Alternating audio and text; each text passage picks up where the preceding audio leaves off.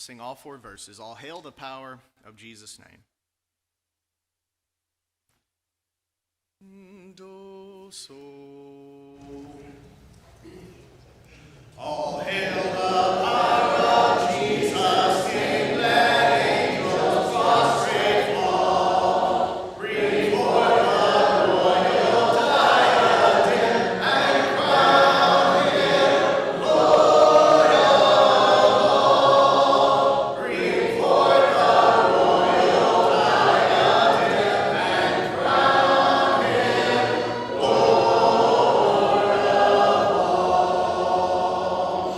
Ye chosen seed of Israel's race, keep ransom from the fall. Hail him who saves you by his grace and crown him Lord of all. Hail him who saves you by his grace and crown him Lord of all. Let every kindred, every tribe on this terrestrial ball, to him all majesty ascribe and crown him Lord of all. To him all majesty ascribe and crown him Lord of all. O maverick yonder, sacred from we at his feet may fall, we'll join the everlasting song and praise him Lord of all. We'll join the everlasting song and praise him Lord of all. You're now dismissed to class.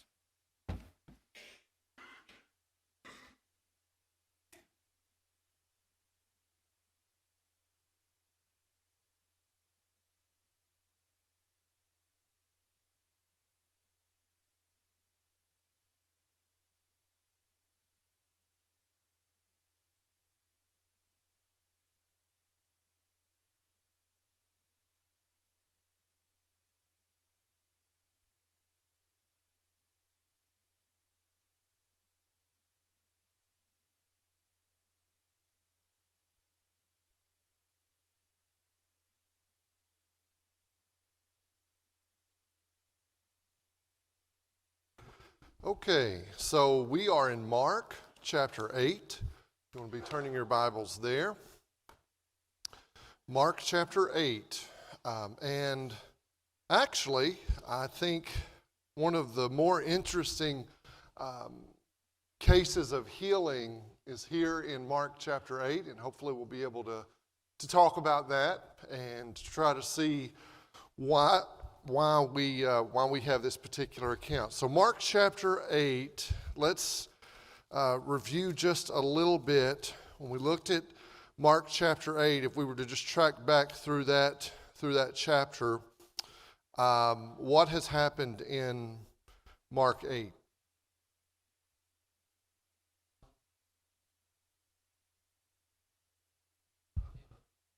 Right. Oh, right. Right. Yes.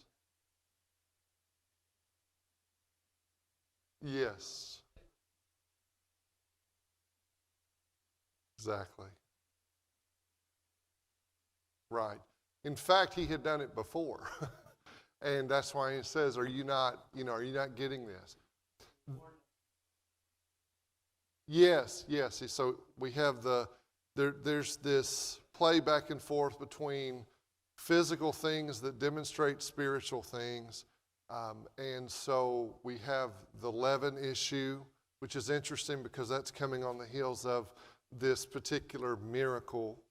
And even if we went all the way back, there's been things to help his disciples along too, which will be very important, I think, for our study today. So remember, even when we went back, and if we go all the way back to, Mark chapter 6, after John has been put to death, you have the 5,000 that are fed. And we talked a lot about that. You have Jesus walking on the water. Again, Mark showing you that the disciples need to come along. And we see Peter's initial confidence, but then lack of focus on Jesus. Then we came on to chapter 7, and in chapter 7, who does Jesus have the friction with? Well, no, we'll get there, Tom. But before, which helps us with the Syrophoenician woman, who did he have the friction? Pharisees and the scribes. And there's this conversation about traditions.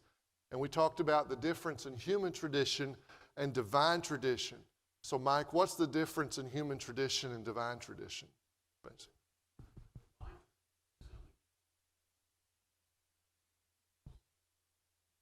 Right.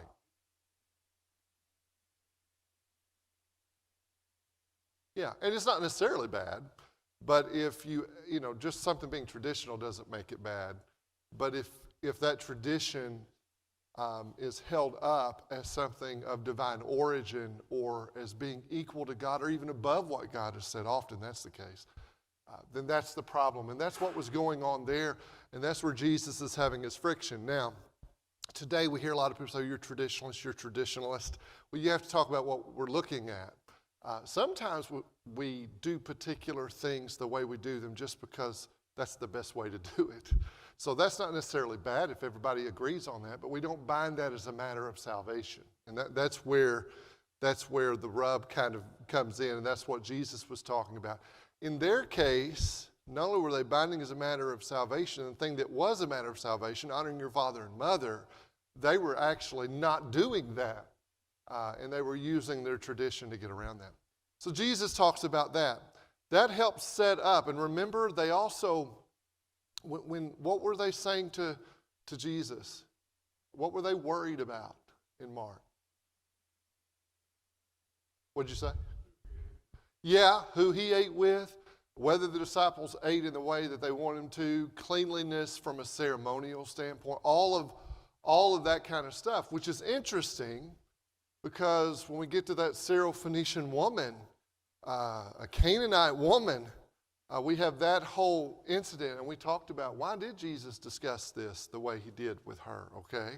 And we talked about, there's several reasons why. We see the nature of faith, eventually healing. Jesus did at first go to Israel. That's all true. But it seems to me he's giving an illustration to his disciples of understanding the gospel is going to be for everybody. And if he handled it the way the Pharisees, and even the way some of them seem to want him to handle it, it's not going to look too pretty, okay? So when we have that in chapter 7, just remember, Jesus is not only teaching the multitudes, he's teaching his disciples, okay? So when we come back to Mark 8, as was mentioned, again he feeds. Now this is a separate event. How do we know this is not the same event we read earlier? Yeah, okay, so the Bible says so. And the details are different of it. So we know this is a different situation. But nonetheless, he continues to teach them, as Roger mentioned. Now, we went on to see them still not quite progressing the way he wanted them to progress. And so we're going to have this blind man. Now, we've read of various healings. And so this healing seems to be a little different. The normative case, I want you to think about this with me. The normal case, now there's some exceptions to this, but the normal case when miracles were done, especially healings were done, is that when the healing was done, it was immediately done. So, we have cases of the Lord healing somebody, they were healed. This is a little different than that. Now, it's certainly miraculous, there's no doubt about it. But there has to be some reason why Mark records this the way that he does. and you wonder, okay, what's going on here? So let's read it with kind of that mindset. Let's figure out, why does Mark reveal this? Why did Jesus do this the way that he actually did it? Because I think there's something really important here. So let's read together Mark chapter 8. And what I would actually like to do is back up. Now, I want to say to you from a literary standpoint and the construction of Mark, and we've talked a little bit, and I'll talk more about this, we're moving into a little bit of a new section. But this transitions us, okay? So that might be part of why we have this. So let's read together. Let's go back to Mark chapter 8 and verse 17, and let's read verses 17 through, let's go ahead and read through verse 26. Verse 17 through verse 26. Mike, would you read that, please?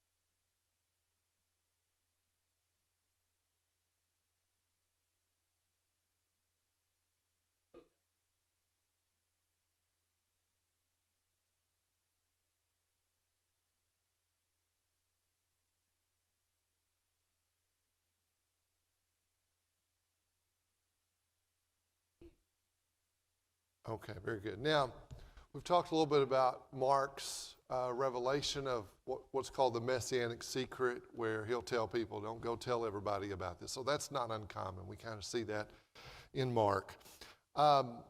There are several things that are uncommon. Most often, Jesus will perform his miracles with the multitude there, with people around. There are a couple of cases, though, where the person he's going to heal, he takes them away from the multitude. We might just be thinking about that. We'll come back to that. But why does he take those particular people away from the multitude? And the Bible doesn't explicitly say, but I'm open to hear about what you might think. So that's one issue. He takes them away.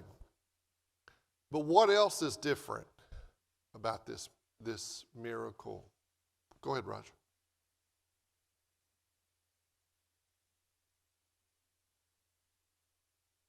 Mm-hmm.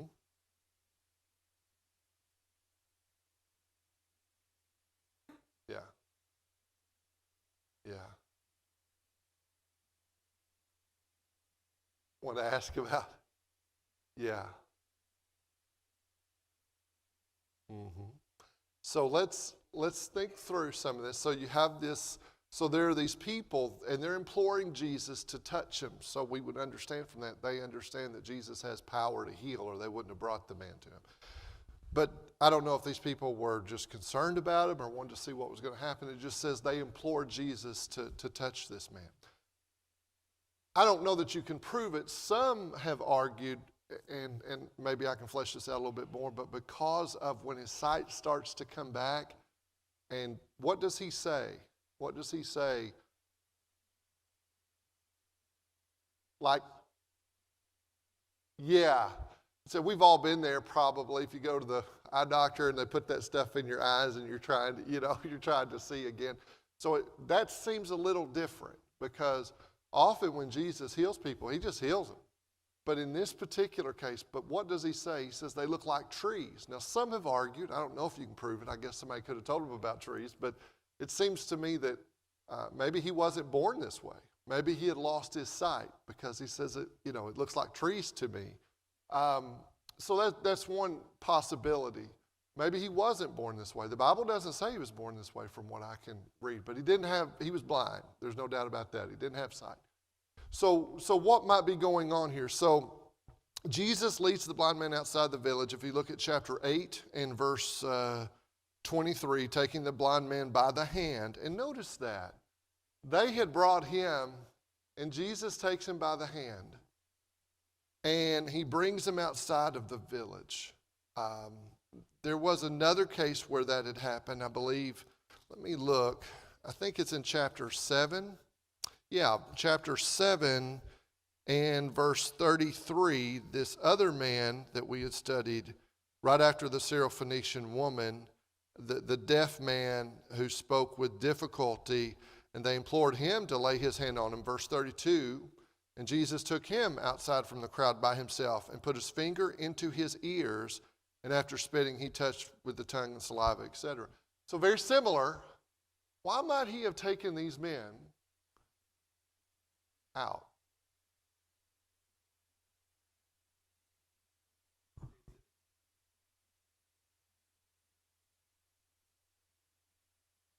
Okay. So that is a real possibility. We know that there was that concern. He did do some healings, however, in front of people. But you are right, he has that concern. Is there something to go along with that? Why did he do it with these men? He didn't do it with the other men. Roger? Yeah. Okay, did it leave you? Did it leave the village, go outside the village? There's a couple of possibilities, but here's something for you to think about. And of course, this is just, from my reading of it with Jesus. We don't know, and especially when you go back to chapter 7, and even some cases in chapter 6, those who had these struggles during Jesus' time were often looked down on, mistreated, emotionally abused. Not all. And it seems to me he's trying to establish, and this might go back to the point about the kingdom, though, in relationship, that he's trying to establish a couple of things with them. First of all, he has compassion on them. Secondly, he can heal them. I mean, even in the man, he touches the very spot, so he'll know. I mean, Jesus didn't have to touch him to heal him. We have cases where he didn't even have to be in the vicinity to heal him, but he wants them to know what's happening. I think also there's the real sense of he's, and this may go back to the point. In these cases, he wants it to be clear to this man that he has compassion on him. He's concerned about him. He wants this to lead him to spiritual health too. It's not just about doing it. But even when he does things in front of multitudes on some level, even then it's about the person coming into the kingdom, okay? So I think all of those things are going on, but this is not just somebody that does wonderful signs and that's about it. If you were blind, if you were paralyzed, if you were lame during that time, there was even the thought in the minds of many Jews, it was a very common thought that, what have you done? What did your parents do? I mean, there was all of this kind of thing. And so I can see why Jesus would take him outside the village. He takes him by the hand, and he's going to have this conversation, and this event is going to happen. His disciples are going to be with him too. Now, think with me. What a difference in how the Pharisees handled people and how Jesus handled people. Look at the compassion Jesus shows. Look at the focus on spiritual matters that Jesus shows. Jesus isn't just about popularity. He's going the very opposite end. So even though there were multitudes that were interested in Christ, he was interested in souls. Now, who had their hand? Somebody had their hand. Roger, go ahead. Okay.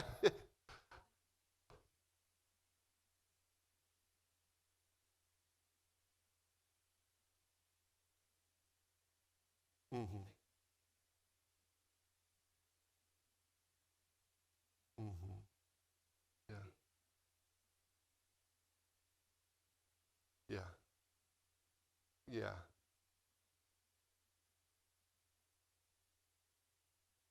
Yeah. It is when you think about Jesus and how he did this. Because you'll have these, we've already had 2 instances of just multitudes, thousands of people that he performed this wonderful miracle for. But then you have these, and you have the conversation with Nicodemus. You have the conversation with the Samaritan woman. And you have those who were very much disenfranchised and marginalized. But he sees a soul. Go ahead, Raj.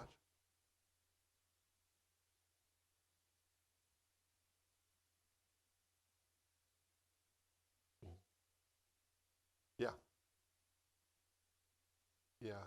And I think that's very, very valuable. So let's look at the actual healing. So he takes him by the hand outside the village, chapter 8 and verse 23.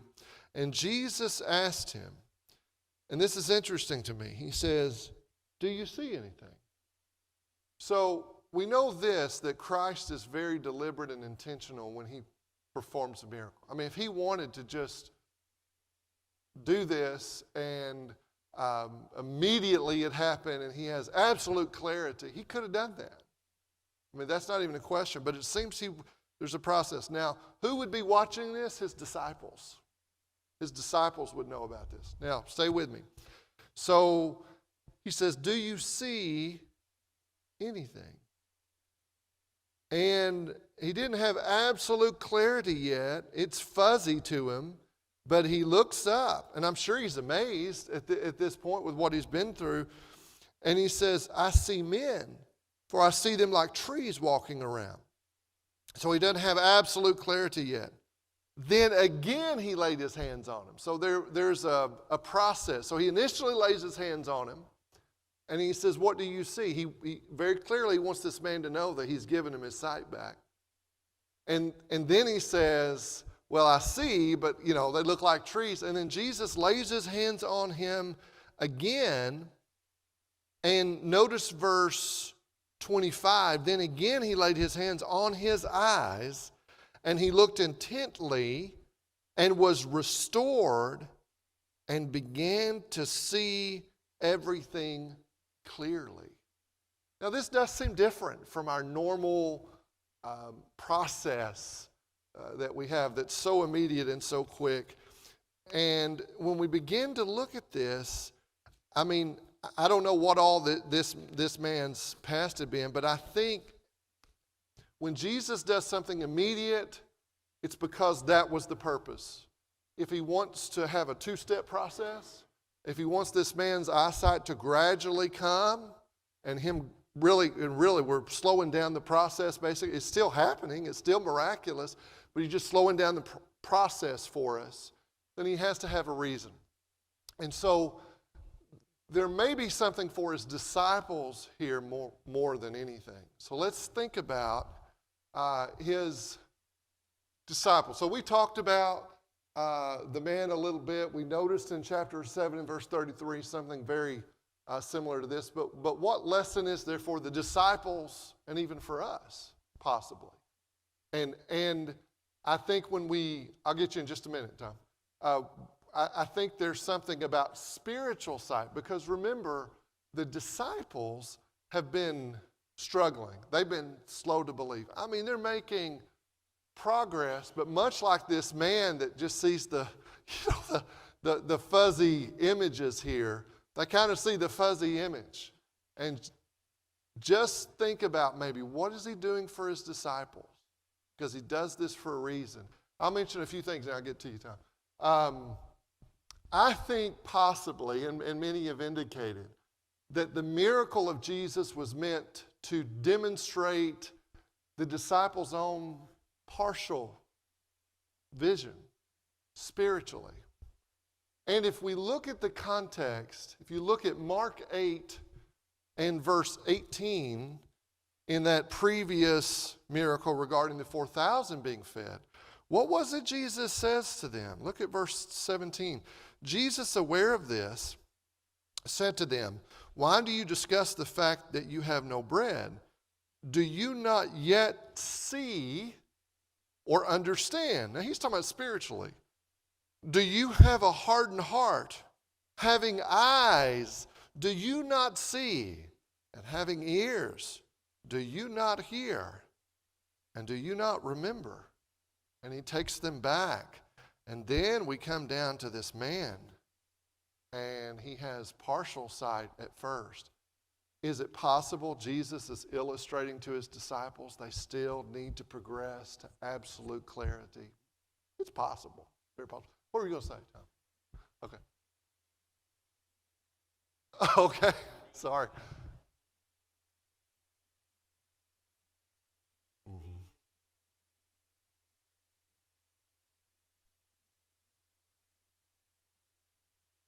Mhm.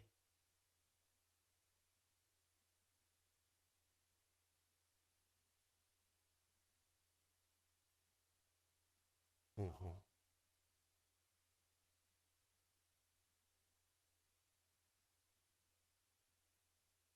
Mhm.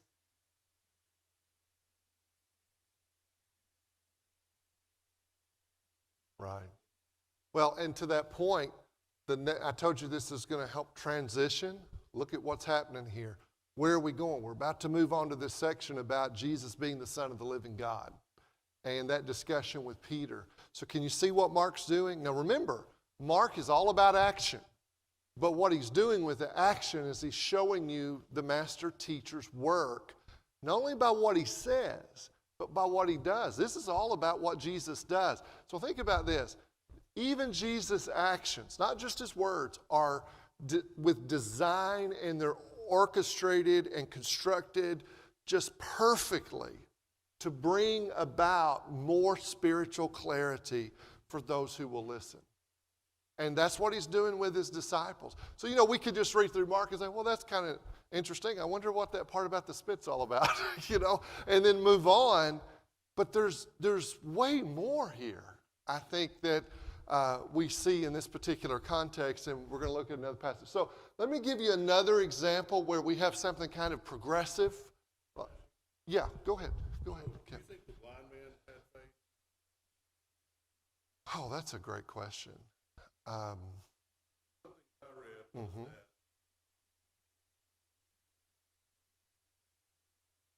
that by the hand healed.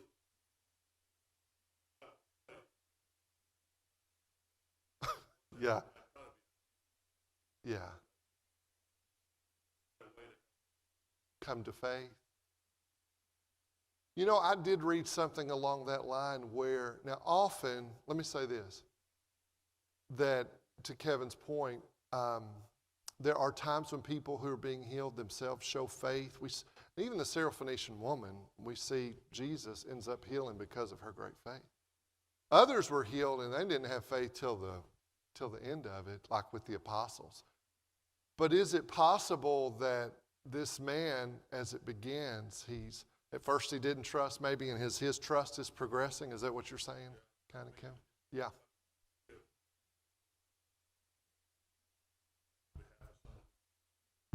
Right.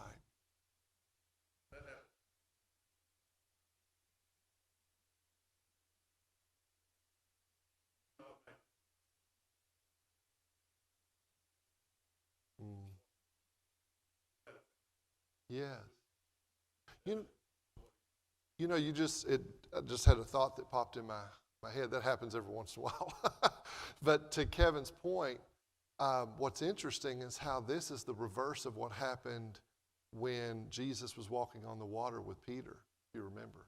Initially, Peter goes out and it seems confident, like Jesus says, okay, come on, and he goes, and then he loses his trust.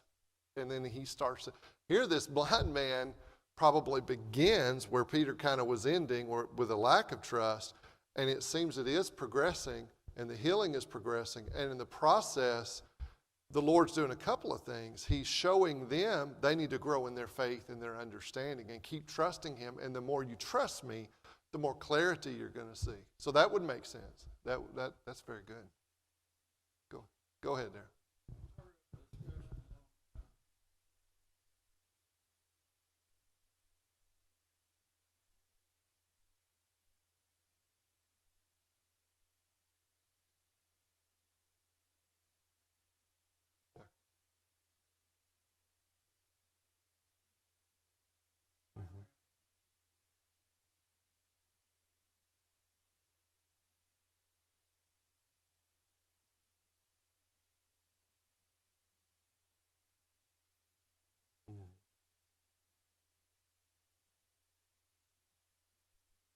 Yeah, yeah. I like the other explanation better myself, but yeah. Well, clearly is what he said. It's a faith-building process. The disciples need to have a faith-building process, and he came to have physical vision, like you said, Darren, like Kevin was saying. But they needed the spiritual clarity, and I just think when you read Mark, if you'll read carefully, the construct is rather interesting to me, because if you can start putting together all these actions, you can see this process for his disciples. So it wasn't, yes, they saw what Jesus did and came to believe that he was the Son of God. It seems to me you kind of see Jesus' methods here and what he does and what he says, whatever those are. So, go ahead, Kevin.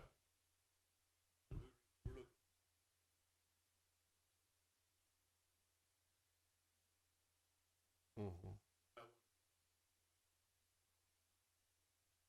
Sure. Sure. You know, to that point, I think sometimes, I mean, Jesus sometimes got frustrated with him, to be sure, but I think he also understood. And even the notion, when you say that they came to believe Jesus is the Son of God, that, you know, most Jews believed there was really just one person in the Godhead. So you have to realize when the Jews accused Jesus of blasphemy, that's what they were struggling with. Even when he said that God was his Father, they knew he meant more than what anybody else might mean. You know, that's why they picked up the stones to stone him. So, to be fair, they're progressing, and sometimes they get hung up and don't progress like Jesus wants them to, but he's equipping them. And so even this particular healing for this man is very helpful. Now let's turn to Mark 11. He does this again in a different kind of context, but I want to show you where, while most of the miracles were immediate for obvious reasons, there were times where there was a process. Now it's not a long process, but it is maybe a process that has some steps and somebody notices. So in this case with this man, begins to heal him, vision starts to come back, and then he says, "What do you see?" very intentionally. And he says, well, it looks like, you know, it's men, but it looks like trees. And then Jesus gives them absolute clarity, tells them don't go back to the village, which, by the way, goes back to that point that he wasn't just trying to push his fame out there. He was there about a spiritual kingdom. Now, in Mark 11, let's look at this together.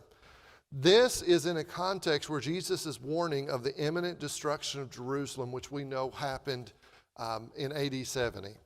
But there's a fig tree discussion, which feels kind of similar to what Mark says about this healing. So let's look at it together. Mark chapter 11, and I'll begin reading in verse 11. On the next day, when they had left Bethany, he became hungry, and seeing at a distance a fig tree and leaf, he went to see if perhaps he would find anything on it. And when he came to it, he found nothing but leaves, for it was not the season for figs.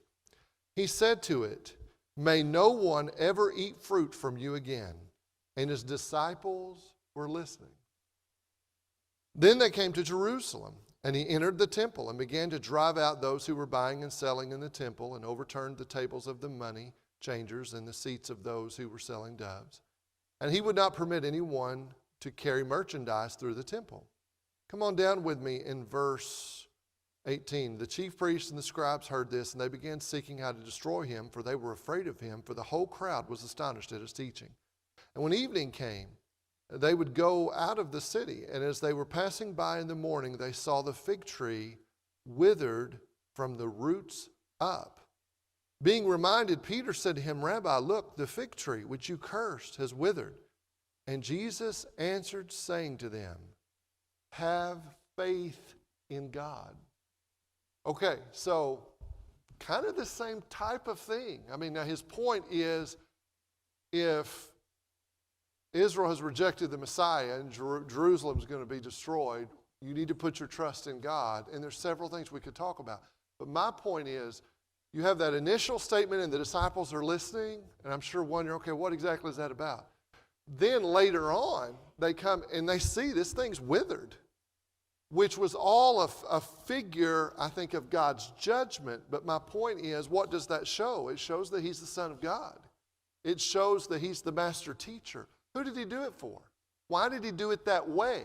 Why did we have this victory? Well, obviously he did it for his disciples, and he did it for them to come to more clarity about who he was and about God's purposes. And so if he did that there, when I go back to Mark chapter 8, it's really not that surprising. It may be a little different than the normative way he does it, but it's not that surprising that he heals the man the way that he does. And so that's what we have. Now let me give you one more thing. This section right here includes a cycle, and it's repeated 3 times. And he keeps trying to get this across, and he's going to do it all the way through Mark. Jesus will predict his death. His disciples misunderstand discipleship, and then he teaches them about real discipleship involving sacrificial suffering. You could just write that down maybe in your mind to remember. You're going to see that over and over and over. So does that make sense why we have the fig tree? Does that make sense why we have maybe a slower healing for this man to make a point to the disciples? I think it does. And now he's about to transition into questions about him that are not really new questions because we've seen them before in Mark. So I think that's what's going on. I really think when we read through Mark, if you could go, okay, when you read these miracles or you read of an event or you read of Jesus using a particular manner of teaching, whether it's a miracle or an action or a conversation, we know where we're going, okay? Now, let's go to this section, this next section. Let's read verses 27, and I'd like for us to read verses 27 through 38. Verses 27 through 38. Conley, can you get that one?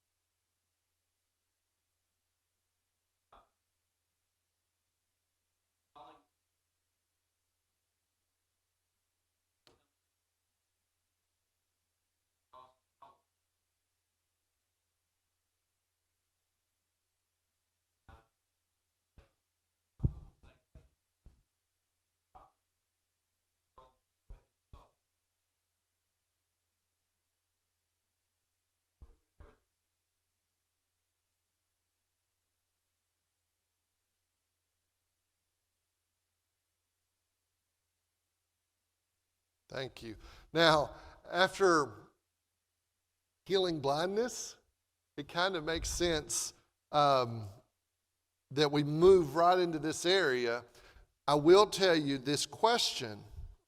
He asked vital questions. So we come out of this wanting clarity of vision right into who do people say that I am? We usually look at Matthew 16. That's a well-known section. Upon this rock I will build my church. That's where that conversation happens. But what's interesting in Mark, this had been asked before. When you go back to Mark 6, and similarly asked, verse 14 and 15, they were asking about John the Baptist, that he had been raised from the dead. Verse 15, but others were saying he is Elijah, and others were saying he is a prophet like one of the prophets of old. So similar. So we come back to Mark 8. Let's look at the names. Who are the names here that are mentioned? John the Baptist. You can understand why somebody might ask that, okay? Which, Elijah? You're talking about, great prophet, right? Okay. other prophets like Jeremiah. I mean, the great, great prophets. But even that's not enough. That's still not enough clarity in vision about who Jesus is. It's still fuzzy, isn't it? It's still like seeing those men walk around and thinking, they look like trees, but I know they're not trees. It's still fuzzy. So when you come to this verse, and he intentionally asks them, and they tell him, well, this is what's being said out there. And we've heard this many times, but then notice the context. And so he says, one of the prophets, and he continued by questioning them. And so he says, okay, let me ask this a little different. That's what everybody's saying. Now, initially he said, who do people say that I am? And they throw this out. Now what Jesus is doing is demonstrating the difference in the common opinions and what real discipleship looks like. And so he comes back and he says, but who do you say that I am? These men that walked with him and talked with him, who do you think I am? And Peter, in Mark's account, what does Peter say? What does the word Christ mean? Messiah, anointed of God. There's a lot of language about that. We know at Jesus' baptism, he's has the Holy Spirit comes on. This is my beloved Son, my well pleased. Interestingly, does anybody know what else is added in Matthew's account? The Son of the living God. Now, we believe that, but for Peter, as a Jewish man, to say to Jesus, you are the Christ. You are the Messiah. You are the anointed of God. You're the one that all the prophets talked about. You're not like Elijah. You're the one Elijah, foreshadowed. You're the one that he prophesied about in Jeremiah and Isaiah and all these prophets. Okay. So, wonderful confession. Thou art the Christ, the Son of the living God. In fact, Jesus says flesh and blood, and I know in Matthew's account, flesh and blood has not revealed this to you, but my Father which is in heaven. How had the Father revealed it to them? By what Jesus said and did. Okay. Now then, we come right out of that in verse 29, and it looks so good. And you're thinking, oh, they're getting it. And he warns them not to tell anybody, which is the same thing he told the man to not go back to the village, right? But then he begins to teach them that the Son of Man, so we have, if you look at Matthew's account, you have Son of God, he's the Christ. We've talked about Son of Man. Go back to Mark 2. Son of Man is descriptive of being sent by God, representing God's purpose and cause. So he begins to teach them that the Son of Man must what? Suffer many things and be rejected by the elders and chief priests and scribes. And Peter gets fuzzy on us again. So what, Mike, what does Peter say about that? Took him aside and began to rebuke him. And what does the Lord say to him? Get behind me, Satan, for you are not mindful of the things of God, but the things of men. So it's not that he intended to do the will of Satan. I can understand how Peter would feel. He doesn't want to lose Jesus. He doesn't understand the full nature of the kingdom. I mean, you can see why that would happen. But he says, get me behind me. He unwittingly was doing the bidding of the wicked one and didn't realize it. And Jesus says, you're not setting your mind on God's interest, but man's. Now, here's what I want you to see before we stop. Look at verse 34. What does he transition to? So we have Jesus' divine identity as how that impacts our discipleship. Look at verse 34. What does he start saying to them? You have to deny yourself and take up your cross and follow him. Right. So, and I've said before, but here's what he says to Peter. Peter, there's no crossless Christ. He wants the Christ. He just doesn't want the cross and the death and the suffering. And he says there's no crossless disciple. I got two hands before we end. Daryl, they'll come back out.